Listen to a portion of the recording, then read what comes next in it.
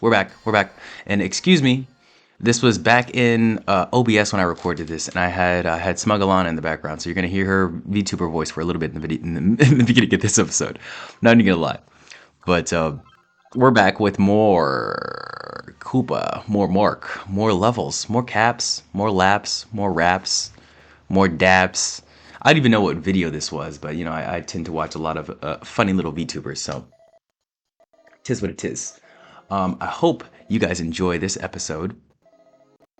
What we're doing here is more level cap, like I said. This is the lighthouse quest. So what we're doing is just going to the lighthouse, lighting them up, and I think we have to fight the one monster outside of the place, and we're gonna come back, talk to her, and then we're gonna level up higher. So no bosses, just a little bit of traveling around, just me yapping about whatever comes to mind here, doing my thing. Hope everybody's having a good whatever day this is. Give a call, give a little like, give a little subscribe if you want to. And let's get into it. Let's get into it. So, what do I want to talk about today? I think I want to talk about art again. Art, art, art. Art from the heart. Yeah, man, because the thing is, what we do with art is, you know, you basically rewrite what the world tells us in our own words. You know, you rephrase the world, essentially, right? And a lot of people use this rephrasing of the world to tell the dark stories in a way that produces light, you know? To tell those dark tales of deceit, deception, destruction in a cathartic kind of way. Because the darkness stores the bright colors. You can't have one without the other, essentially. Right? So we make art because we are trying to hold on to what the world seemingly takes from us. See, the world really doesn't take anything from you, but you never really owned anything in the first place, which is why a lot of the people who are against the whole boomer craze, the boomer mindset, are kind of angry with the world because it's the inherent fact that, you know, we aren't owed anything, right? We have to earn everything, but at the same time, we are earning everything with everything we do. The thing is, every human being is inherently profitable by the creative nature of themselves, by the carbon dioxide that they produce. And then the creations that we have, you realize that every time you step out inside of the world, you are creating magic for some other creator. Every step you take, every air you breathe is breathing the air back into them, which creates, you know, a beautiful cycle of nature. This is getting a little ethereal now, but I really feel like when you are a creator and you step outside and then some random shit hits you and you're like, whoa, I could do that. Like, that didn't come from you. And I'm not saying it came from someone else in the world, right? Now, like their thought transferred from their mind and into yours when they stepped outside. But I'm saying like butterfly effect type shit, real talk. The person who stepped outside 5 blocks away, like kicked over a can, which knocked over the dog, which barked him, and then, you know, like Rube Goldberg machine came back to you, and then the smell came to your nose from the barbecue, and then, you know, something like that. I swear that happens every day, and in my eyes, that's the true value of the human experience. The fact that we can interact with each other and change someone else's experience and then have him communicate that to the world and then have that catharsis. You know, Rube Goldberg machine, that's the real beauty of human beings, you know? And that's what art can do. Art can carve out that time, that moment, that escape for someone. Because that's all the world really is. All we're trying to do is escape, be distracted from our own demons. Preserve what's truly important to us, because in the moment, in the haze, you know, it seems like that's the only thing important. I don't know about you guys, but any druggies in the room, any druggies in the room here, guys, any alcoholies? I don't know about you, but in the deepest depths of my dankest times, my druggiest times and my drinkiest times, I would always wake up in the morning and immediately go for the smoke, the bottle, the whatever, you know, because I had no purpose. I had nothing that was important. And I feel like as a creator, like if you don't have that thing to preserve that kind of drives you on, that importance of life, that's what you're going to turn towards, because you want to numb the rest of the bullshit that everybody else tells you is important. Because if you're not, you should think about this. If you're not waking up and you're thinking about something you want to create, something you want to make, you're probably waking up in the morning and thinking about something you want to create or make for someone else. Those are basically the only things we think about. We think about ourselves in the morning and what we want to make for ourselves, or what we want to make for someone else. At least production wise. If you're thinking of something you want to make for someone else, sometimes you drown that feeling out with a lot of numbness. And that was me. That was a lot of people that I know. Because it doesn't feel good. Especially when you're not a fan of that person. I know I had a shitty job before, and I would wake up sometimes and be like, God damn it, I have to go to work today. And yes, that is a day today where I have to go to work, but I don't hate my boss. I don't hate my job. I hate jobs in general, and I hate money in general. And I definitely hate the corporal borpos at every business, you know what I'm saying? Give me one corporal borpo that doesn't automatically serve their business partners and themselves whenever the company gets a little bit of money and fucks over the retail workers and customers, and I will love them. But you know what? That's what all corporal purples do. They don't really care about the bottom line. They don't really care about anything. They're just gonna show up faces. It's very annoying. It's very annoying. They even visited our store once. You know how the managers always got to visit the new stores? It took them about 2 years to come out there. But they did. They did. Came in, they're like, oh, we're gonna buy you all food. I'm like, oh my goodness. You know the way into a brother's heart. But yeah, it's a life. It's a life. And a lot of people think you have to have this annoying, starving artist lifestyle mindset in order to get there, and you don't. You just have to show up. You just have to show up and be on time. And a lot of people think like the jobs are so hard to keep. They're so hard to be. Man. I'm just saying, man, I don't want to be this guy, but y'all motherfuckers be lazy. Showing up to work on time is a choice. Doing work at work is a choice. Y'all motherfuckers just don't want to make it. Honestly, you don't want to make it. I don't care what your situation is. I don't care how if you woke up this morning and your leg was broken. Like, you just make a choice. To be accountable, stop fucking texting me. To be accountable, or to point the finger. And when you point the finger, you're inherently going to lose respect and power. And people are like, no, I don't want to lose the respect and power. And then you look like a whiny bitch because you picked up an ice cream cone and expected it not to melt. If you didn't want it not to melt, then didn't pick up an ice cream cone. Eat it faster. Like it's like a logical explanation. It's like don't put your hand on the stove. It will be hot. And these motherfuckers put the hand on the stove and it's hot. And they're like, what the fuck? Why was that stove hot? That stove shouldn't have been hot. I was going to put my hand there. Okay. Okay, guy. All right. But it's not inherently something that can be taught. You really have to have this in your soul beforehand, the accountability muscle or something. I like it's crazy. And what's really annoying about life is a lot of people will try to fake the lessons for you.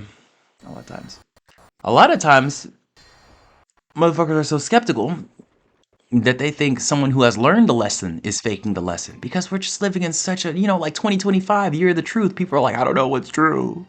I don't know if he's being real. Well, let me tell you here, little motherfucker. Nothing is real unless you verify it first. Unless you corroborate it. We'll just go with that.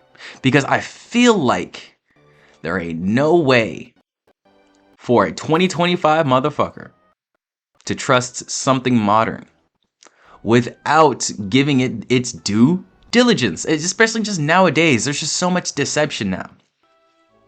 It's like, why would I? When it's so easy to do like a background search, like a Google Analytics breakdown. It's so easy to do this bullshit. You tap one button, and it gets you all these results. Then you can delve deeper, you can delve less deep, but The problem with the world now is that we're all living in separate echo chambers. That it's not coherent enough to get a single response. But that doesn't mean that there are no facts nowadays. That's not what that means. Facts generally do exist. They do exist. They are here.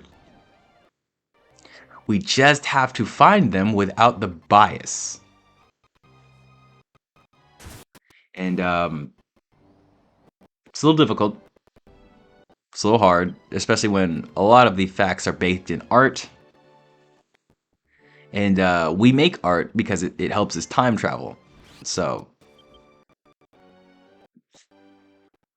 a lot of times we discover new information and the facts change. But we're in a scary period now. The 2025 period is when facts are changing faster than we have time to essentially react to them. Changing in real time can be very bad. As you can imagine, a lot of the things that I learned in my youth have been overturned as different facts. And then it gets even worse when you get into things like the media and celebrities, because there are so-called facts and truths that are, now have come out to be completely fabricated in terms of their lives. I mean, but luckily their lives don't really matter in the long run. They don't really matter. Essentially, they are all humans, right? So it's not like we should be keeping up with them like they are their prophets in the Bible or whatever. But this thing about facts changing, truth being altered, it's slowly going out of business. It's slowly now to where, at least in my eyes, in my echo chamber, the algorithm is feeding me more things on the same subjects because I've trained it that way. I've trained it to sort of give me that unbiased take, to where, well, not unbiased, but clear biased take, where people just wear their biases on their sleeves, to where I am aware of all sides of the story. All takes of the topic. Because I feel like especially if you want to be in this space, that's where you have to be. You have to be informed, right? But not everybody wants to take those extra steps as an artist to get to know basically all sides of a topic, of an opinion, to know yourself around it. Because you can sort of get one person's bias and get connected to that bias and not understand that it's not really your own. You have to schedule those days and those times to know yourself. A lot of people watch one thing on one subject and say, that's enough. I know all about it now. And I'm like, that's just not true. Maybe you don't want to be that well-rounded, well-encompassed individual, but I'd say if you want to be in this space, if you want to show up for yourself and, actually make a statement, push the world forward and whatnot, which I think most people do. Most people are moving towards a goal of inherent good. At least they think they are. Like, of course, we have a couple of Thanoses out there, but essentially, look, all I'm saying, man, is it was a pretty good idea, pretty noble idea. Some of y'all motherfuckers need to go. That's why I kind of got happy, low-key, because of COVID, because honestly, I mean, let's be real. Half of these motherfuckers. Okay, I'm not gonna say that. That's a little crazy, but see, the thing is, guys, the world can give us this cookie cutter, everything is good opinion that you should follow, and you have to corroborate your own stories. We have to come out with our own verdicts. Like think what you want to think. If you have these concepts in your mind, they're there for a reason. Your story is there for a reason. If you want to be a true artist, a true creator, a true conversationalist, then have that conversation between years of you from art you used to like, art you like now, things you used to do, and things you do now, things you used to draw, things you do now, games you used to play, songs you used to listen to, and songs you listen to now. You have that conversation between yourself, and you understand sort of like where you're coming from, where you came from, where your trajectory is, and maybe you want to change it, maybe you want to lean more into it. The skill of reflection, very powerful. Not only just for the creatives, but well, I mean, I guess just for the creatives, but everybody should be a creative in some sort. I feel everybody needs that sort of like creative drive in them to sort of propel them into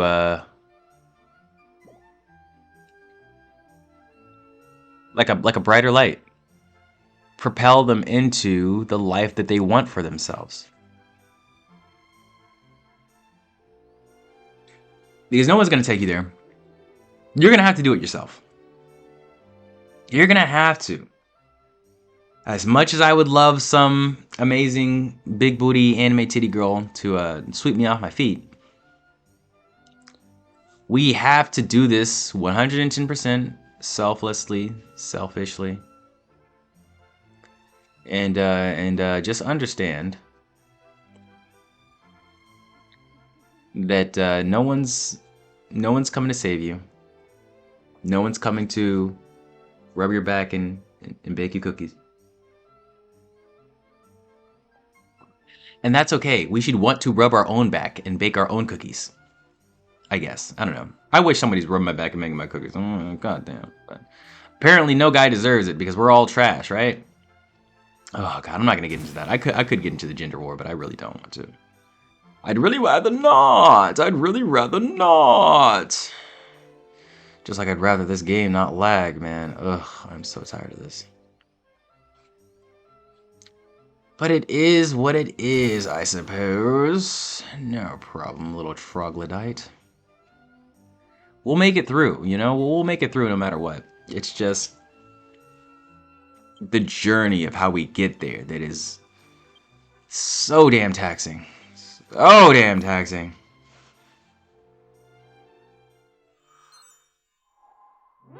Jesus, man. I mean, it's like you have to constantly delude yourself to believe you're doing right. Because no one's gonna sit you down and be like, "Hey, you're the best ever. You're the most amazing person in the world," unless they want something from you, Right? Honestly, the praise, the unconditional love, you'll probably never get in your life.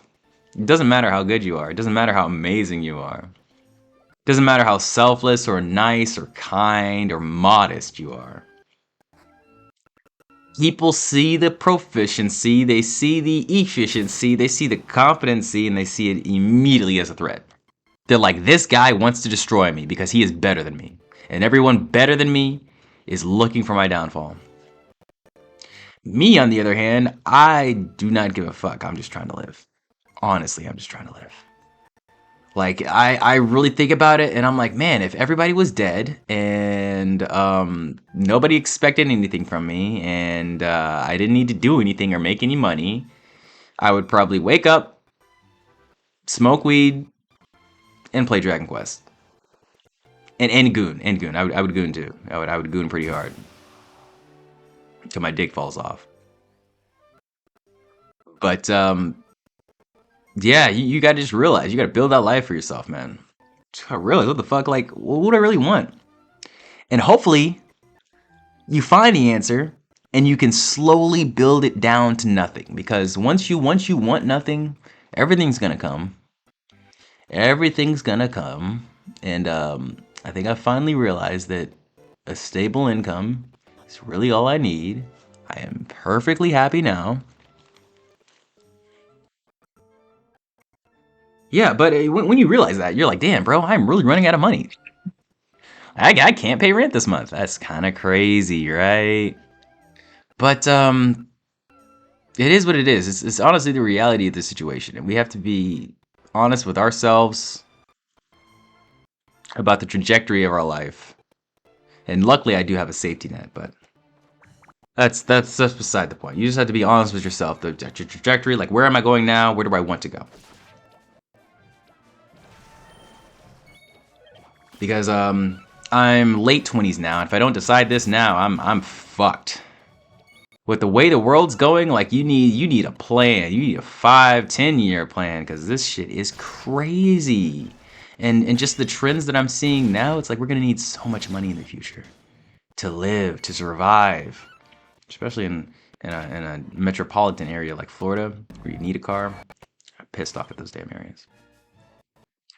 I just hate driving. I don't hate driving. I hate commuting. You know, having to get to some place at a certain time. I think I mentioned that a little bit in this episode, but showing up on time is a choice.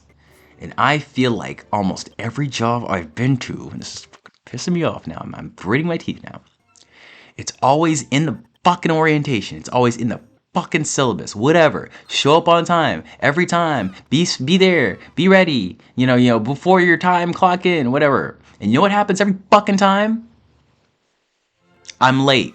Maybe once, maybe twice, right in the beginning. And then once I start getting that flow of getting early every time, you know what everybody else does? They start showing up 2 minutes before. Every fucking time. Every fucking time. 2 minutes before or late. That's the time everybody shows up. And I'm like, well, what are we doing here, guys? They literally told us in orientation, sometimes they even tell you, like 10 minutes before every time or whatever. All this bullshit. All for nobody to listen. Not even the people who usually show up on time sometimes listen. No, they're like 2 minutes before every time now. And I'm just like, do people not realize this is a choice? Do people not realize you can just leave 10 minutes earlier?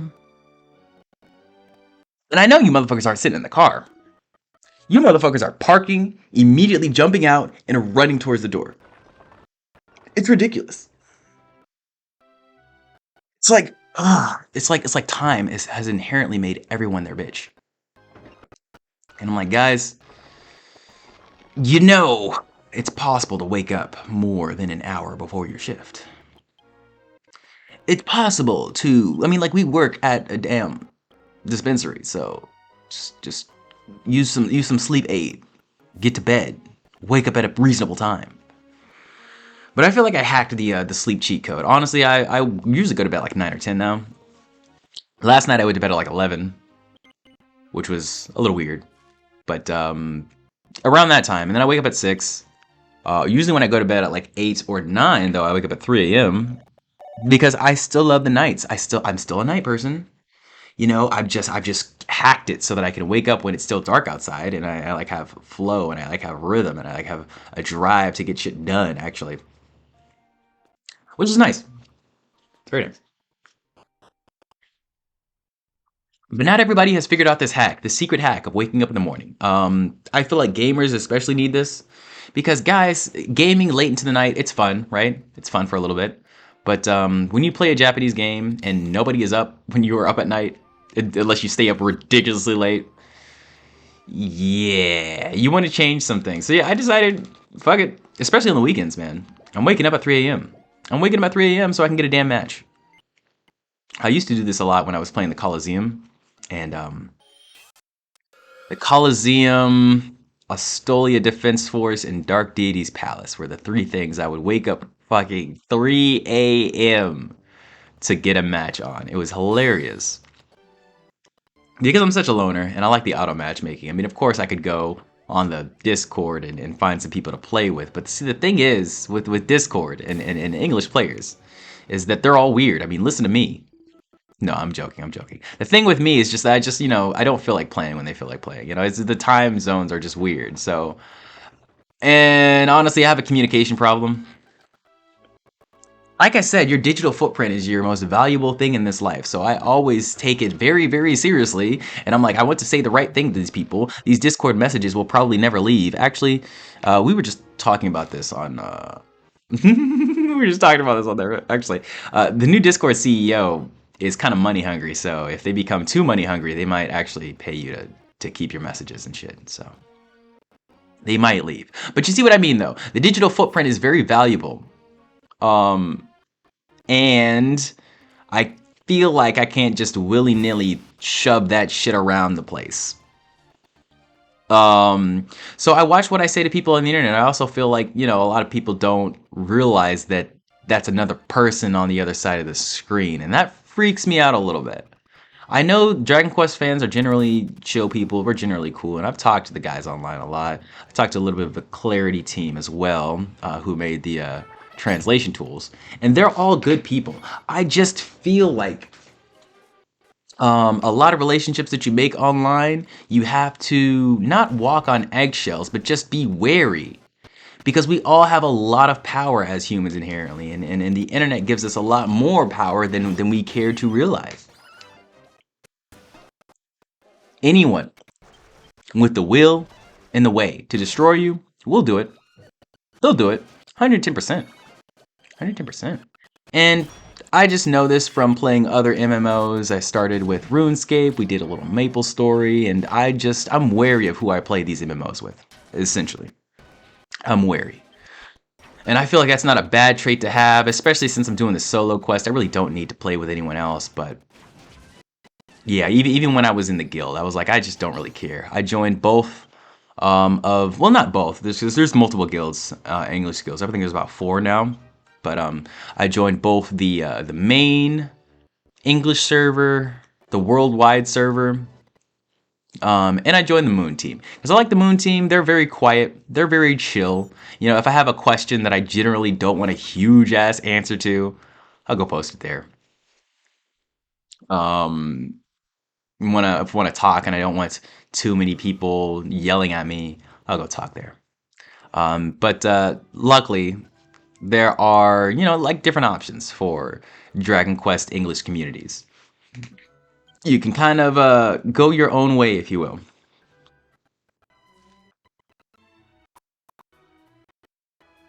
But yeah, guys, that's it's the wonderful level up quest. I hope you guys enjoyed. I hope the lag didn't bother you too much.